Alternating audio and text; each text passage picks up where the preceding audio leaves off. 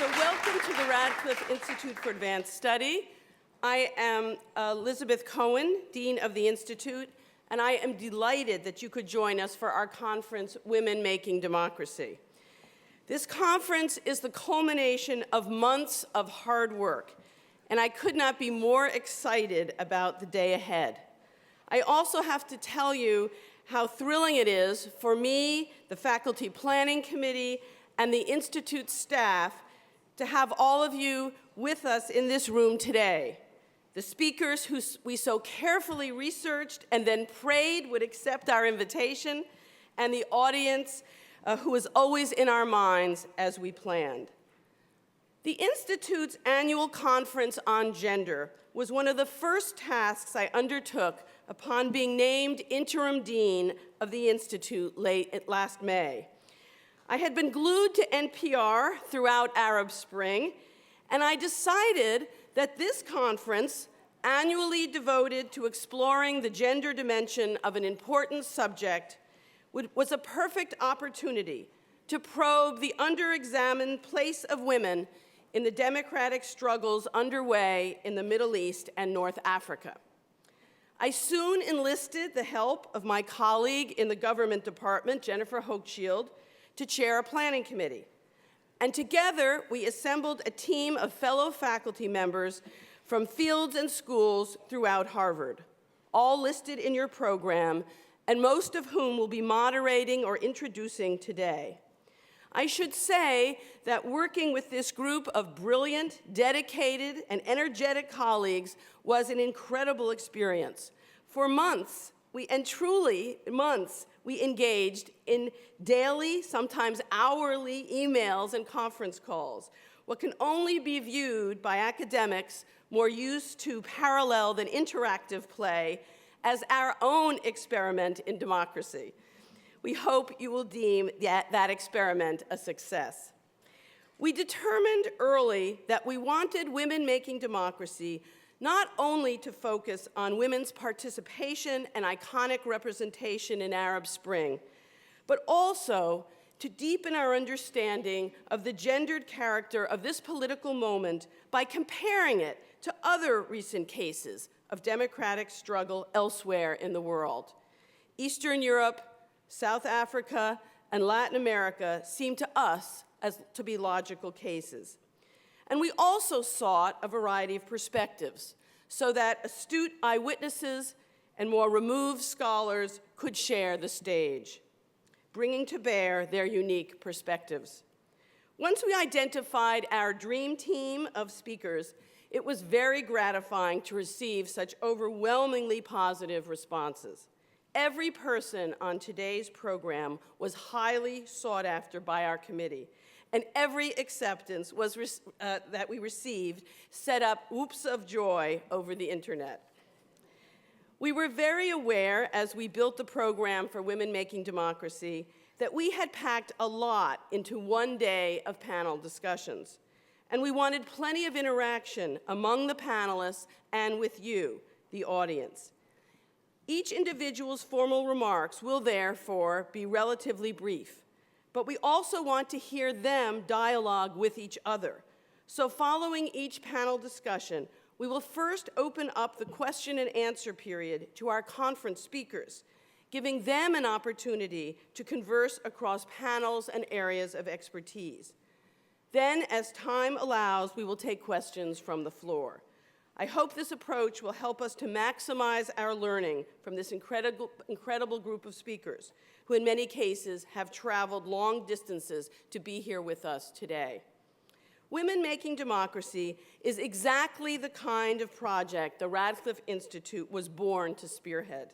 It exemplifies our commitment to collaboration across boundaries of discipline and geography, as well as to deep inquiry into the study of women and gender. It brings together faculty from across the university to think creatively about a topic of universal interest and importance. And it connects leading thinkers and practitioners with an audience made up not only of academics, but also the interested general public. In fact, in a first for the Radcliffe Institute, today's proceedings will be webcast live on our website, so that we can welcome a broader international audience in real time. Soon thereafter, the video of the conference will be available on the Institute's website. Women Making Democracy makes the claim that the events being referred to collectively as Arab Spring, despite important national differences, which we will undoubtedly hear more about today, have changed the world we all live in. And in particular, the way in which these events have unfolded has great significance for women, with ramifications for decades to come. The chairman of the Norwegian Nobel Committee wisely noted when awarding the 2011 Nobel Peace Prize to 3 women activists and political leaders, and I quote, "The promising Arab Spring will become a new winter if women are again left out," end quote. The subjects we will discuss here today matter for the women of the region, for all of us, and for people everywhere committed to democracy.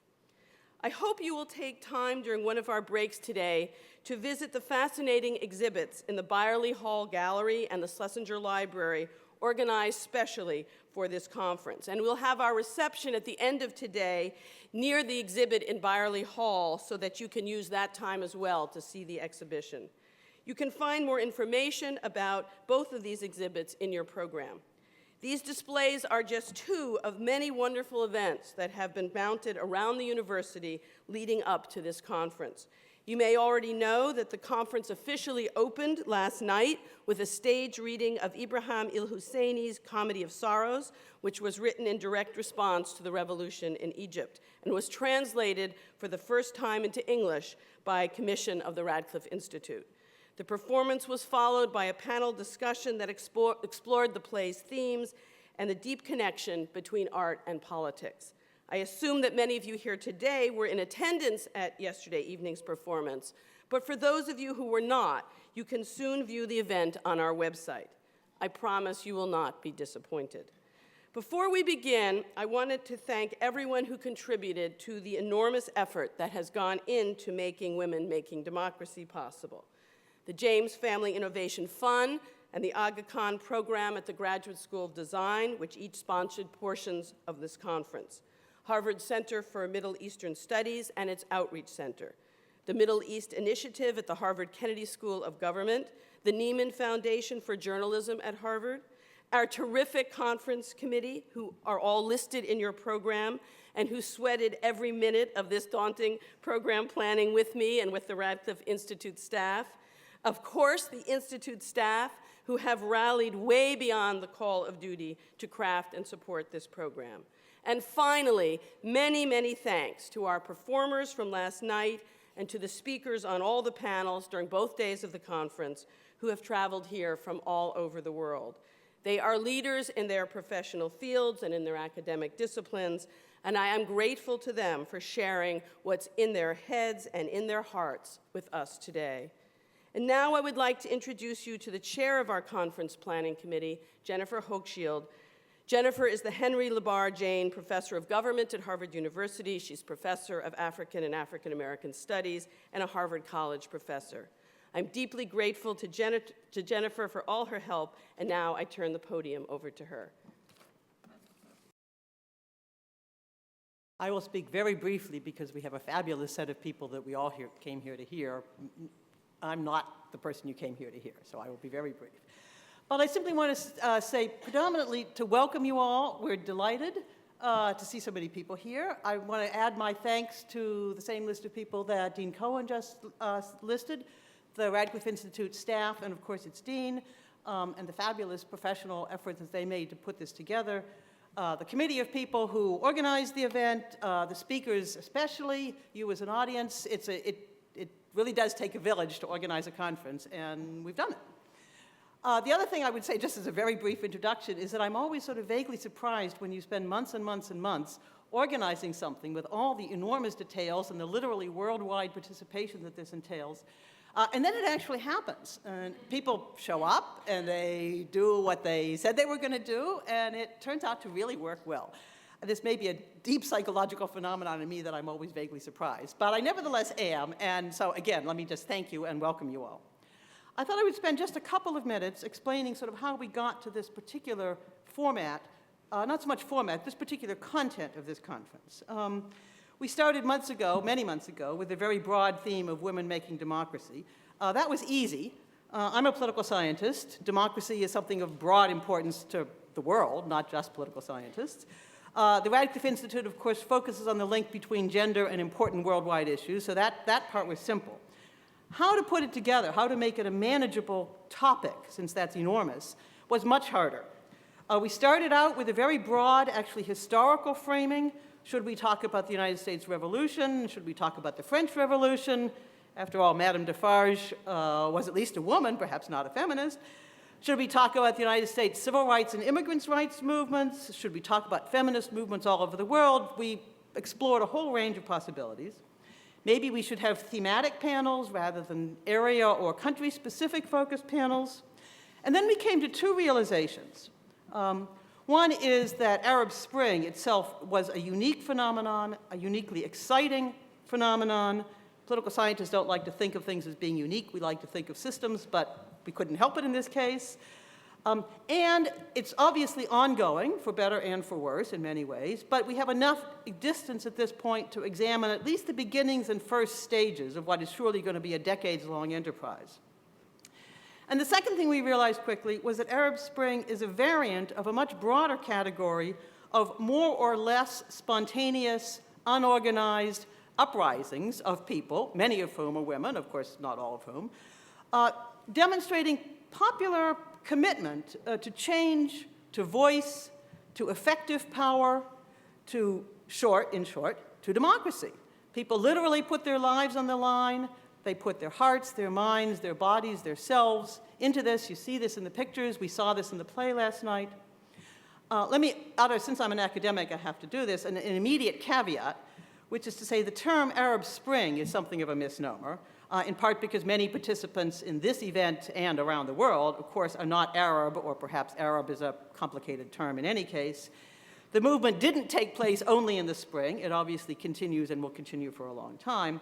But nevertheless, we use the phrase because the alternative of something like ongoing efforts to democratize countries in the Middle East and North Africa wasn't going to fit on a poster and seemed to. So if you have problems with the phrase Arab Spring, you're more than welcome to express them, but please understand that we understand that it stands in for a much broader point. So bringing together these two realizations, the unique importance of Arab Spring and the fact that in some sense it's a case of a much larger and terribly important phenomenon around the world and across history, brought us to today's event.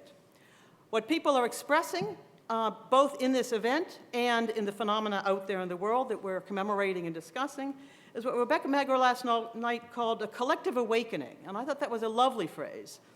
People are directly in touch with each other, Facebook, Twitter, the Radcliffe Institute's web streaming, and they're metaphorically in touch with each other. The Viet Cong used the Declaration of Independence as the model for their own Declaration of Independence. Martin Luther King Jr., the Reverend Martin Luther King, used Mohandas Gandhi.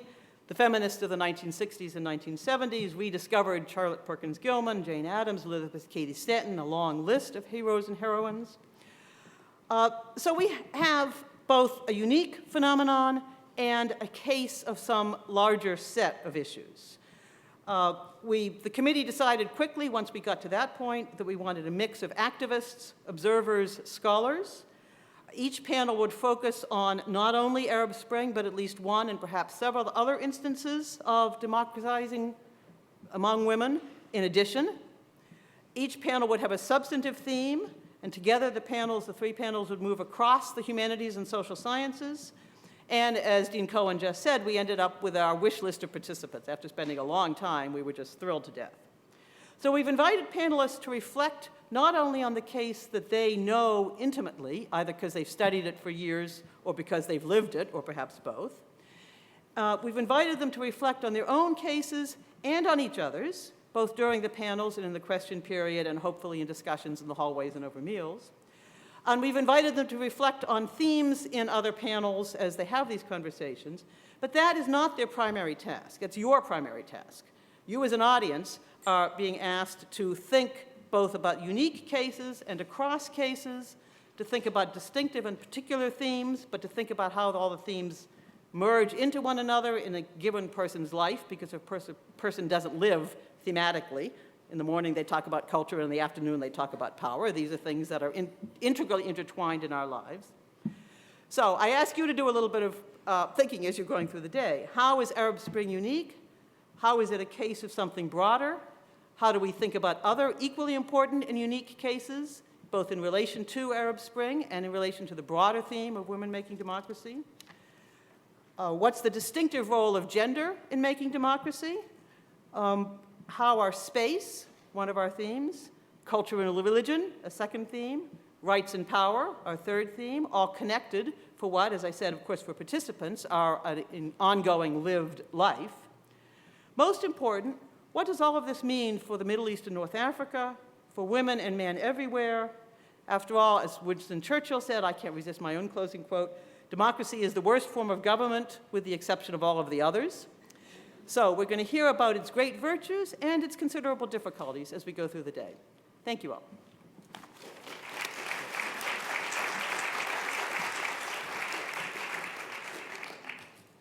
So let me begin by saying how excited and delighted I am to be here at this extraordinary event, and also to say what a delight it was, in fact, to work with Radcliffe Institute Dean Liz Cohen and all the committee and all the staff at Radcliffe. Thank you very much. It's not a very common experience. The committee work is a delight, but it was in this case. So it's a tremendous pleasure now to introduce Shahira Amin. Ms. Amin is a freelance Egyptian journalist. She writes for CNN.com and for CNN's Inside Africa, and she has her own talk on Nile television. She's received numerous awards, national and international, as you'll see in the program, and she was recognized by UNICEF for her work in the early 2000s on women's issues, including on female genital cutting and domestic violence.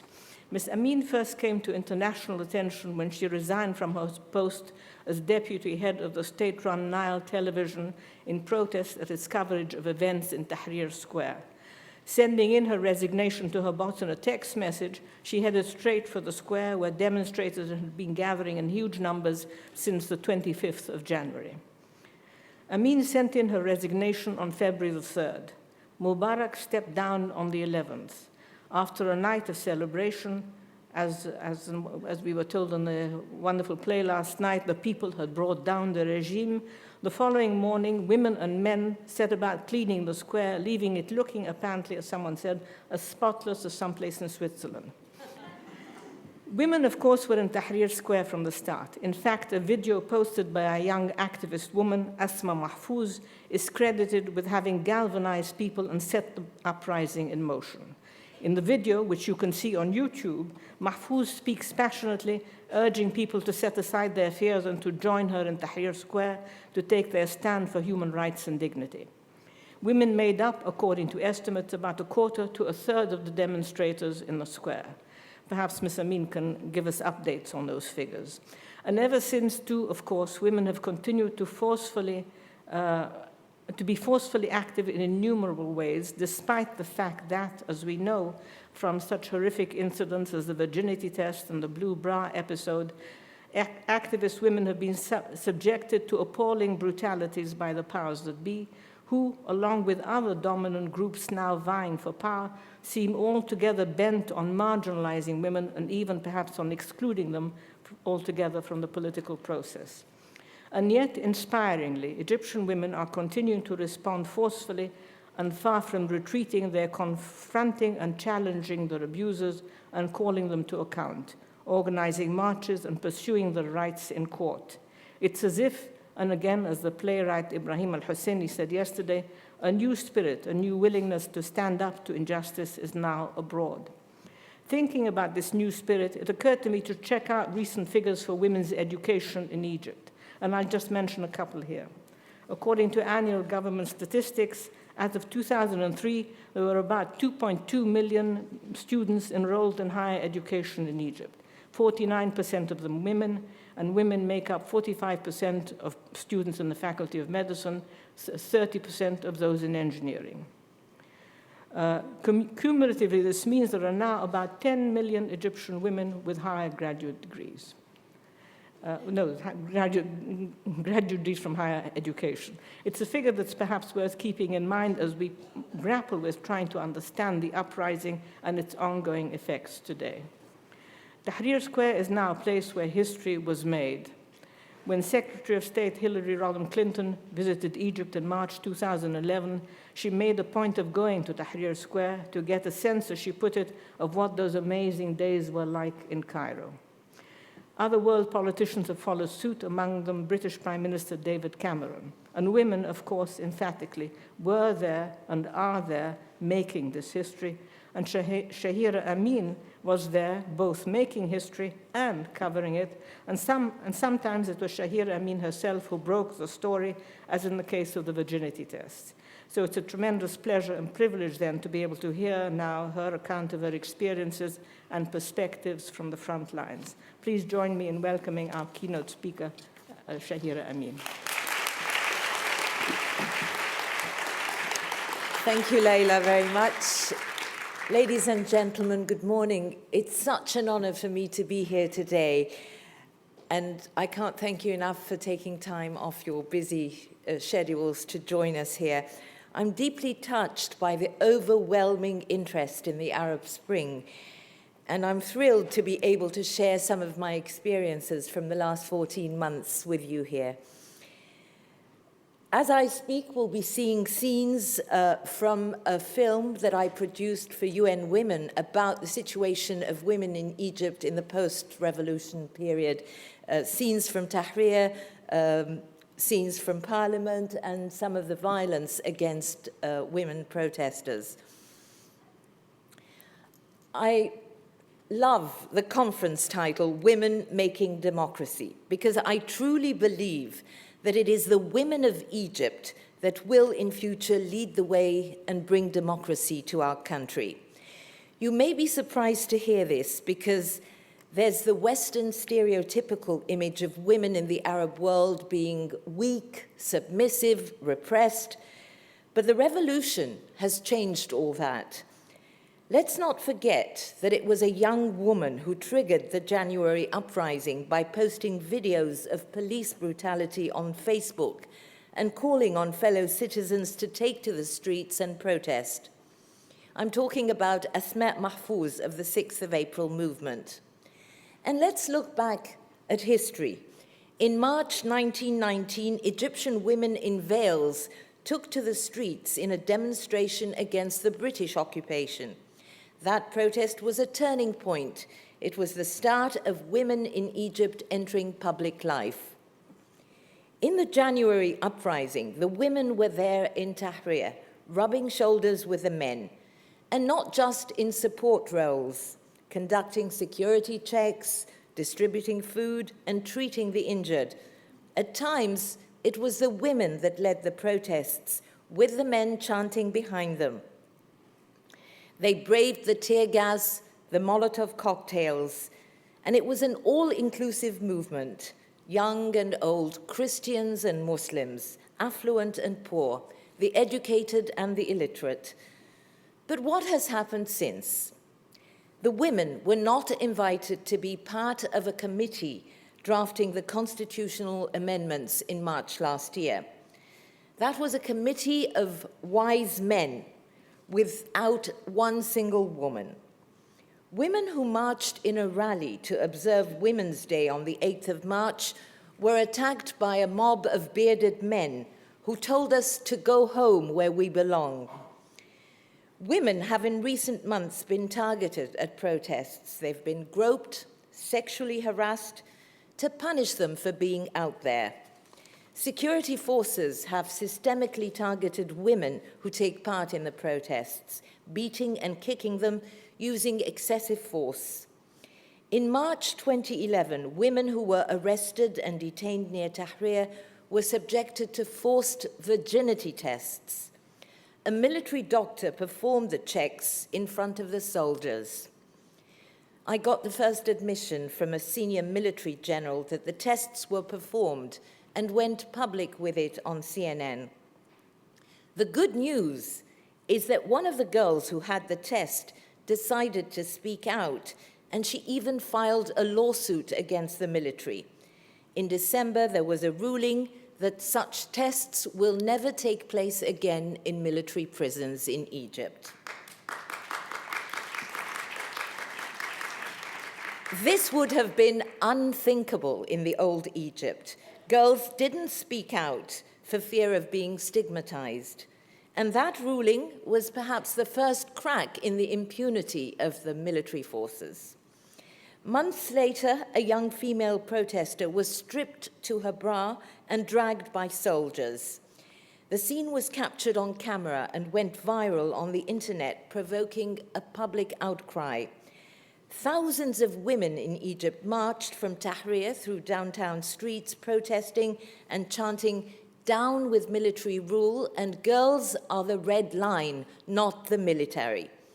Sexual harassment has been on the rise in recent months. It was common practice for women to be groped and verbally abused on the streets under Mubarak. But this seems to have increased as a result of growing public anger over unmet expectations. Violence against women isn't the only concern. Women fear that they may lose the gains made in recent decades. A quota reserving 64 seats for women in parliament has been scrapped. There are now just 9 women that you can see there in 5 out of 508 seats, and just 1 woman minister in the cabinet, and she's a holdover from the old regime. Egypt has always had a low female representation in political life, as politics is largely seen as a male domain in this patriarchal society. But now, without the quota, there are even fewer women in the political arena. Laws like the one criminalizing the harmful practice of female genital cutting or mutilation, FGC, giving women the right and giving women the right to divorce, known as khula, are seen as Mubarak-era laws linked to the former First Lady, who is widely detested in Egypt now, and they're also at risk of being abolished. We now have an Islamist-dominated parliament. The Islamists want legislation to be drawn from Islamic Sharia law.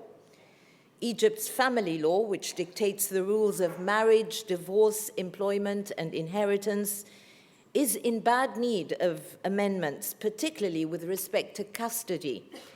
But liberals fear that there will be resistance from the Islamists in parliament to any change to the personal status law. Is there any good news? It may not look like it, but fortunately there is.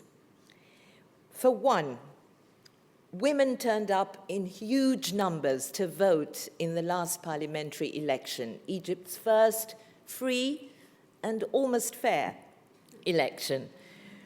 We have for the very first time, a female presidential candidate running in the next presidential election. She knows that Egypt isn't ready for a woman president, but Buthaina Kamel has at least shattered the glass ceiling. This revolution broke the fear barrier for all Egyptians.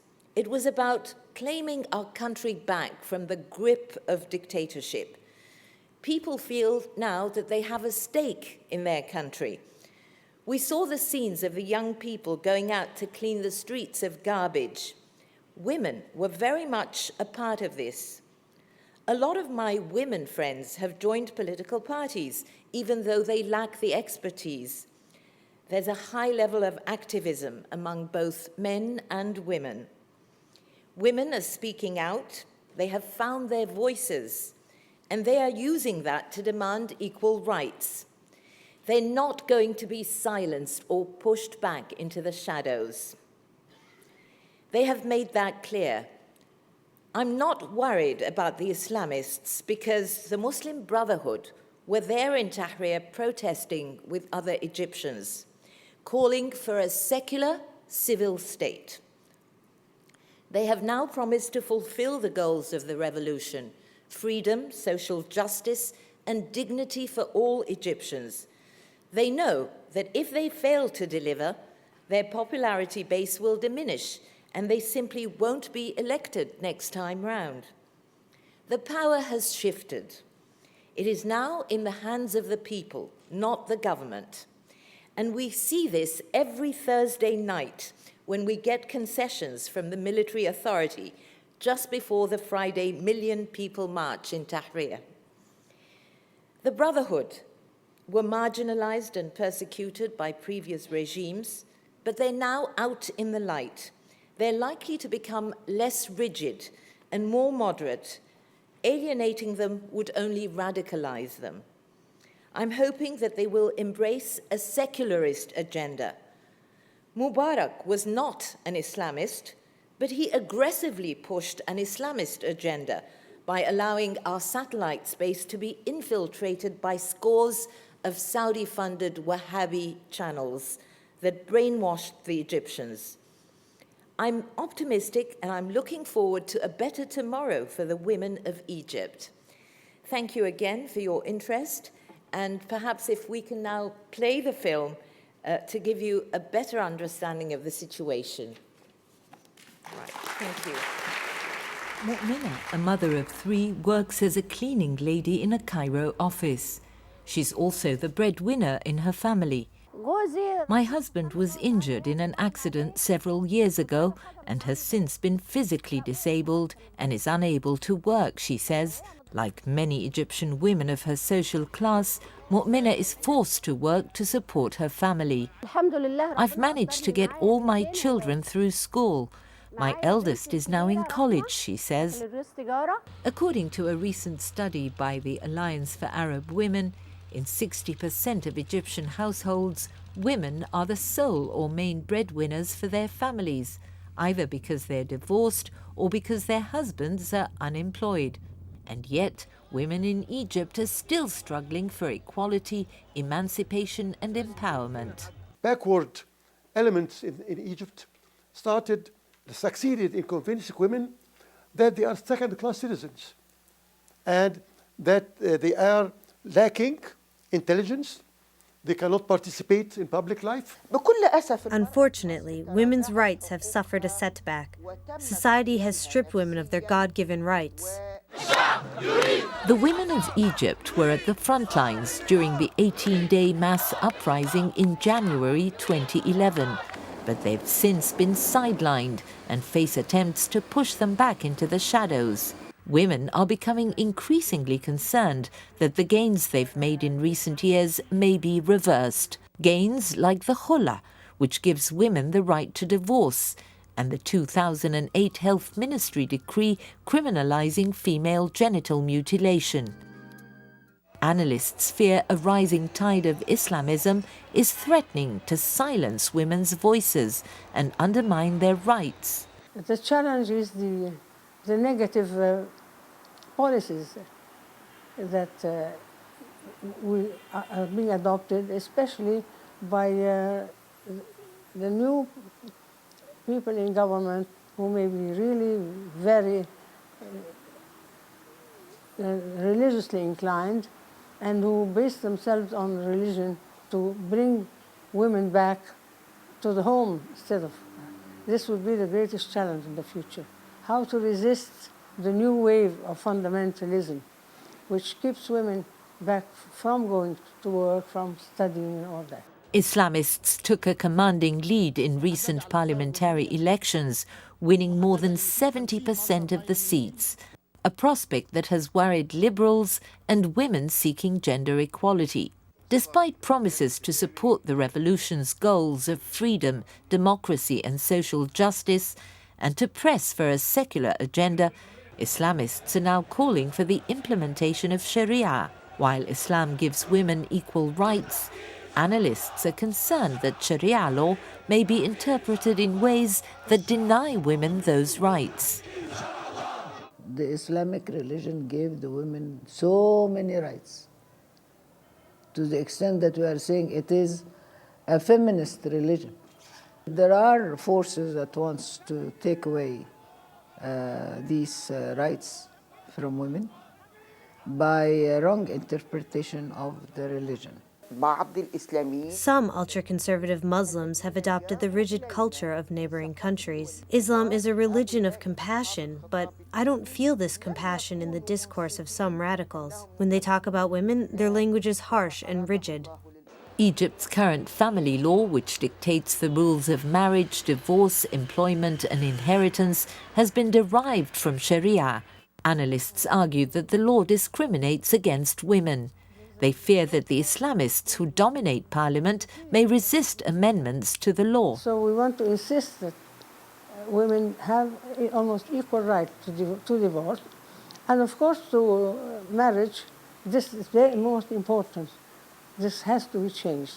Only a handful of women have taken up seats in the new parliament after a Mubarak-era quota system reserving 64 seats for women was abolished ahead of last year's parliamentary vote. The election results have fueled fears that obstacles remain to women playing a full role in political life. In a conservative, male-dominated society, a deep-rooted patriarchal culture has kept women away from public life. Patriarchal values have victimized both men and women. I've made a study, I coordinated the study, I didn't make it, inviting women from the different religions and from different areas to say what the scriptures say about women, their body and themselves.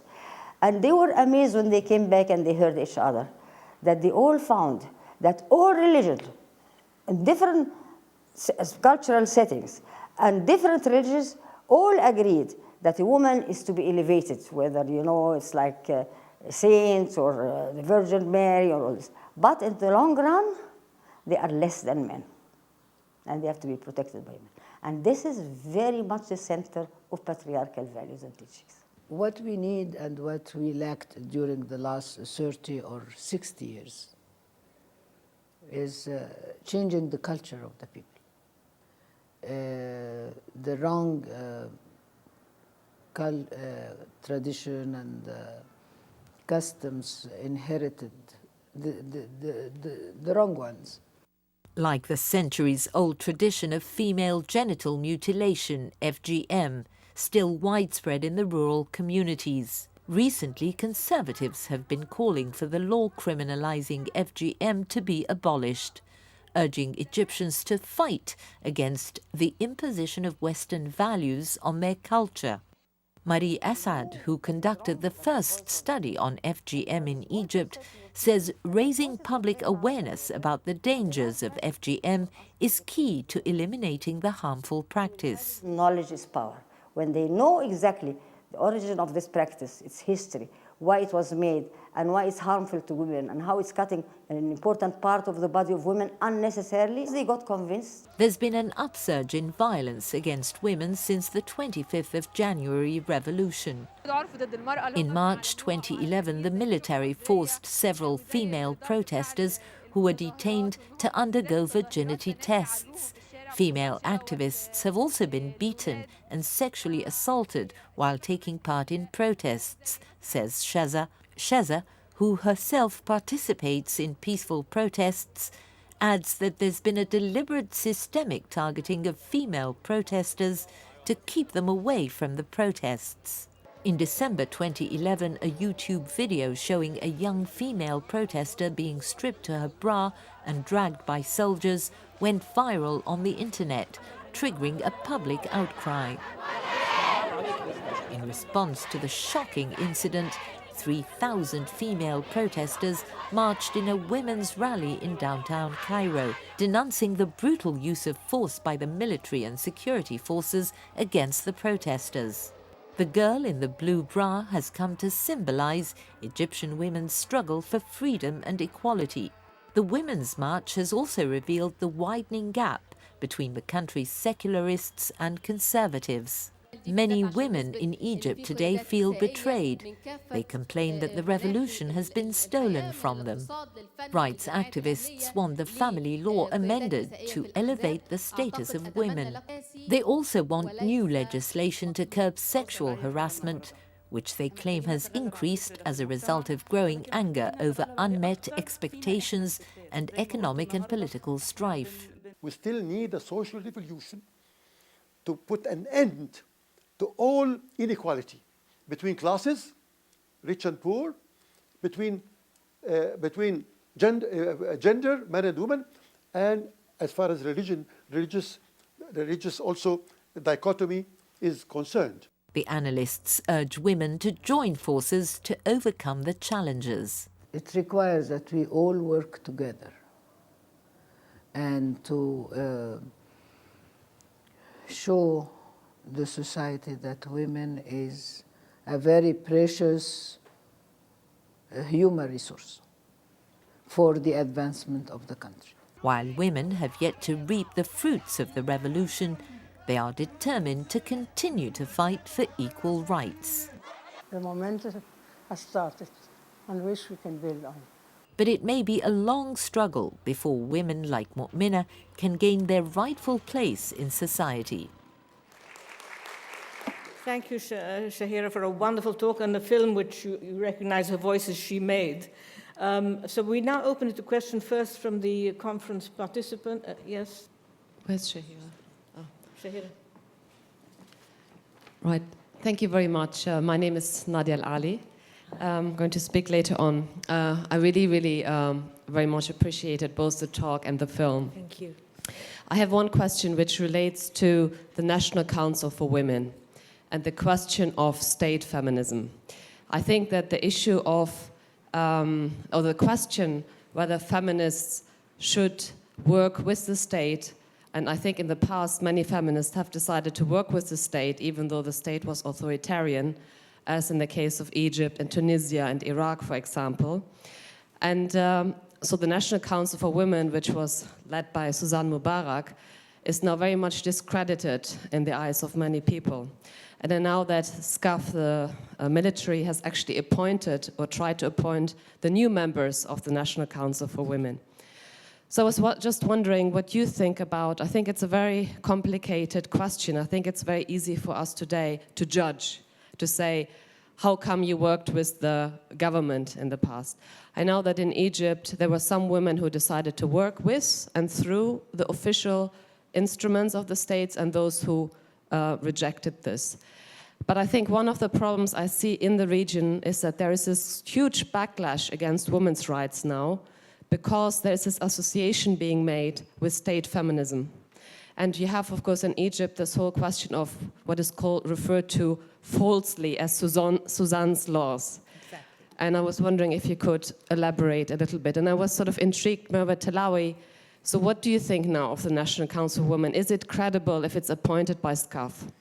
Thank you very much. You've raised a very important question. Merve Talawi is president of the National Council for Women, and she was appointed by the military authority.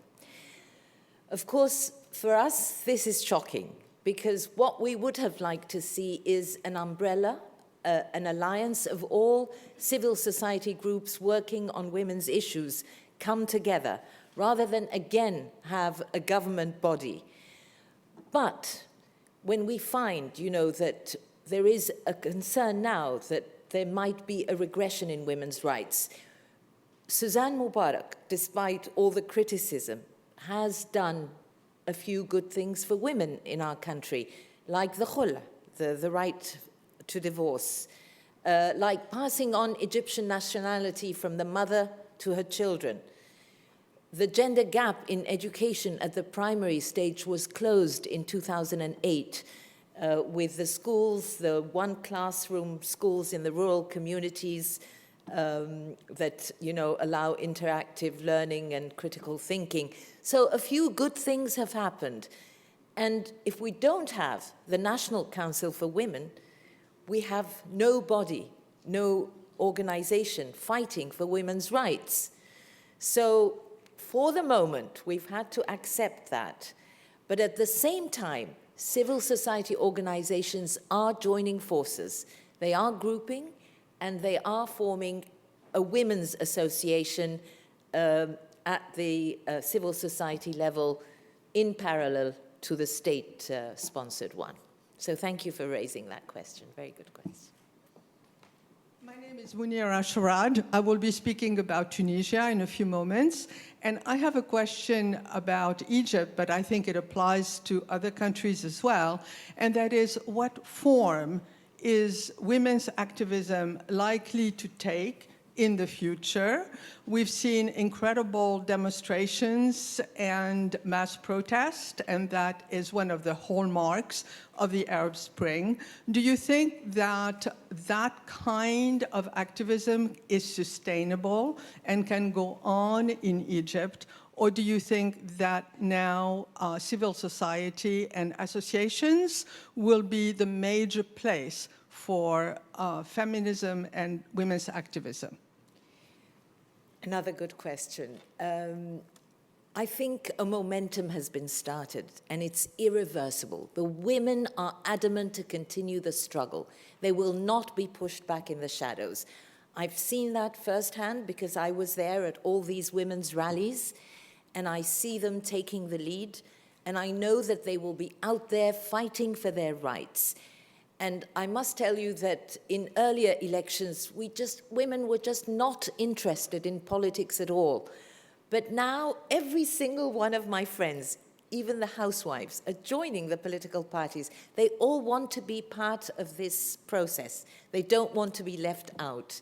So I'm really very, very optimistic. And I feel that, you know, more girls now are getting a high education than boys at universities.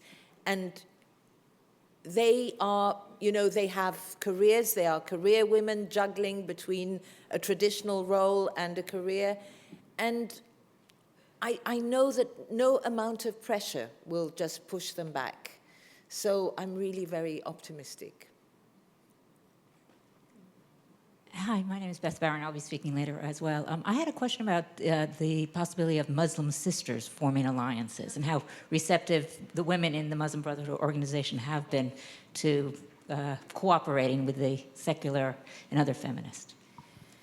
I did a story on the sisterhood, the women of the Muslim Brotherhood, and I was astonished to find them extremely active. In the past, their role was a traditional role in charity service, in social work. But I see these women, and they're lawyers, doctors, and teachers, and at the same time, they are joining the Freedom and Justice Party, and they are mothers, you know? And I think they're super women because they do all this. But at the same time, we have to be realistic because we get mixed messages from them. Like when we had the rally denouncing the incident of the Blue Bra girl, Manal Abul Hassan from the Freedom and Justice Party, and she's a member of the party, I think she's head of the secretariat, she came out and said, why were these women out there on the streets? Where are their husbands and sons to protest on their behalf? That was shocking. Again, I speak to the Muslim Brotherhood women, and they said, don't worry, we're not going to force Egyptian women to wear the hijab, and we're not going to force them to stay at home. We'll encourage them to go out to work. And when I asked about female genital cutting, they said that would have to be up to a doctor to decide. And it's not an Islamic practice. It's a centuries-old tradition that is practiced in sub-Saharan Africa. It's not practiced in Saudi Arabia. So, you know, things like that worry me. But I'm hoping, you know, that the liberal tide will be even stronger, hopefully. If I could ask a question, just to follow up on this. That is, the woman you just mentioned who's part of the Freedom and Justice Party. Yes. So I wondered to what extent her response about where are the husbands and sons is a political move if she wants to move forward in the Freedom and Justice Party. Could they be playing that game? If she wants to move forward? I mean, well, you know, if she's part of a very conservative party, that seems to be a reasonable thing to say if you want to advance in that party. If she's a member of a party, she shouldn't be saying things like that at all. It was really shocking, and she got a backlash for it. There was a public outcry over her statements. Including from Muslims, Muslim Brotherhood people? Exactly, from both. It is wonderful that educated women, Leila Fawaz, educated women, people who are your friends, are getting more involved politically. Could you say more about the maids in the houses, the cooks, those in the countryside? Is there any hope for women of a lower social strata? Thank you. Thank you. Well, of course, our biggest challenge is poverty and illiteracy. We have 40% of Egyptians living under the $2 a day poverty line. And we have a very high illiteracy rate, especially among women. And women like the mu'mina that you saw, I know that, there's a large majority of women who are single heads of households. They are the bread earners supporting their families. A lot of the men choose not to work or are unemployed for various reasons, and it's these women that are supporting their families. So I think, of course, education is key, is a first very important step, and SMEs, small businesses for these women. If that can get off the ground in this phase, that can go a long way in helping these women. We only have a few minutes left, so perhaps we can open it up to the audience. There's a mic moving around, or? The center aisle, okay. Please introduce yourselves before you speak.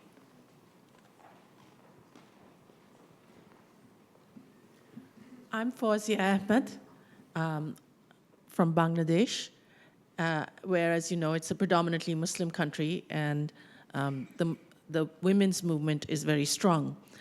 I've done research in the villages with lower middle class women and grassroots women sharecroppers, and they think, and they feel very strongly, that the Islam of the fundamentalists is not their religion.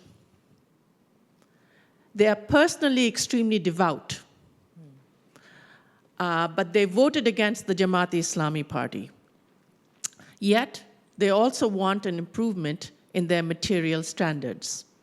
So my question to you, I have two questions. First is there a Muslim left?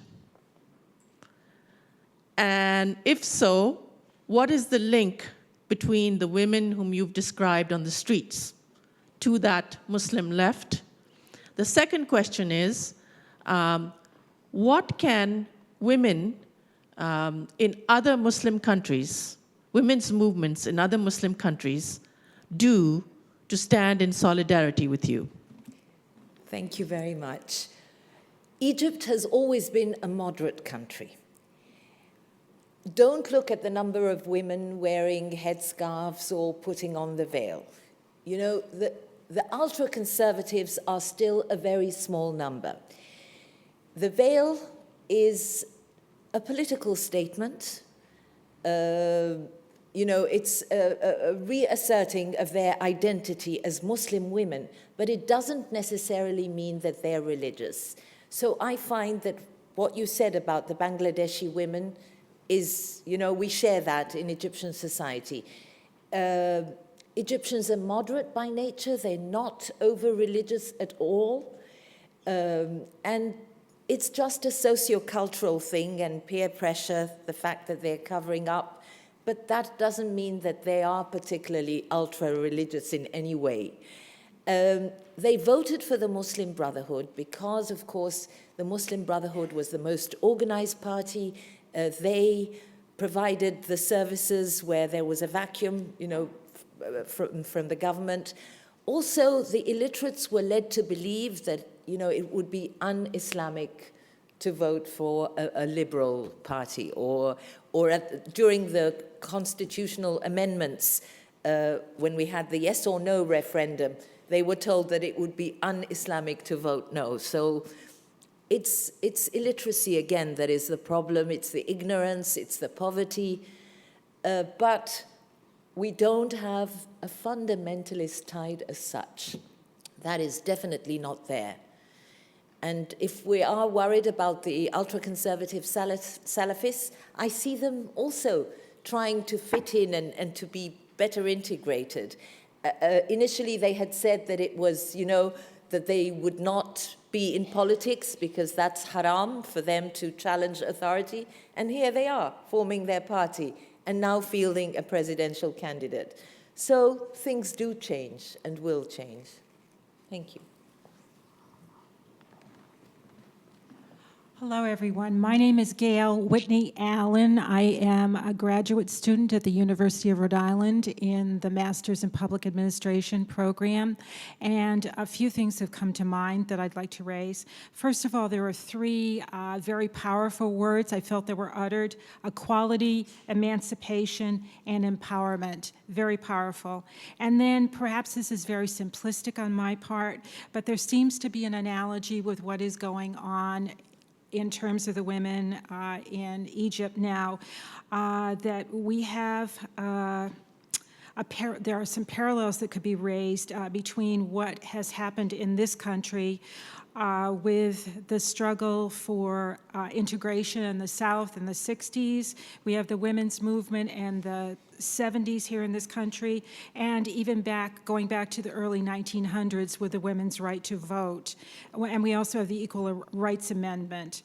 What concerns me, though, the most is the FGM. I realize that that's cultural, but why aren't the parents of these little girls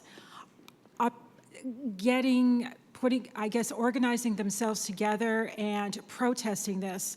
And what happens to the little boys? I mean, is there a rite of passage for them? To me, this stems back, well, the analogy I guess I can say to be made is going back to the Holocaust, when medical experimentation was at its absolute worst.